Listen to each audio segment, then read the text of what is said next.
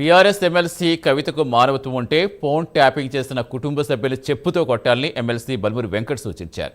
చెప్పుతో కొట్టి అప్పుడు నీతులు చెప్పాలన్నారు. త్వరలో తెలంగాణ పౌరులు మీ కుటుంబాన్ని రాళ్లతో కొట్టే రోజులు వస్తాయని హెచ్చరించారు. మానవత్వం అనేది ఉంటే ముందు పోయి దీనికి కారకులు ఈ పని చేసిన వాళ్ళని మీ కుటుంబ సభ్యుల్ని ముందు వెళ్ళి చెప్పుతోటి కొట్టి ఇటువంటి చర్యలు చేసుడు కరెక్ట్ కాదని చెప్పి ముందు అని చెప్పి వాళ్ళని కొట్టి తర్వాత బయటికి వచ్చి ఇటువంటి నీతమైన నీతి మాటలు మాట్లాడితే ప్రజలు కనీసము నువ్వు మాట్లాడిన మాటల్ని నమ్మే పరిస్థితి ఉంటుంది.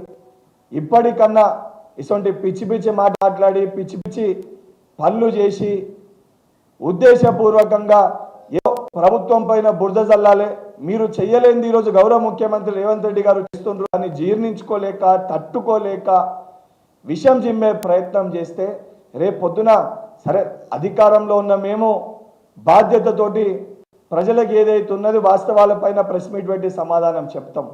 కానీ తెలంగాణలో ఉన్న యువకులు మీరు చేసిన పనులకి మీరు చేసిన చేష్టలకి రేపు పొద్దున మీ కుటుంబాన్ని మొత్తం కూడా రాళ్లతోటి కొట్టి తెలంగాణ రాష్ట్రానికి వెళ్ళి తరిమేసే పరిస్థితి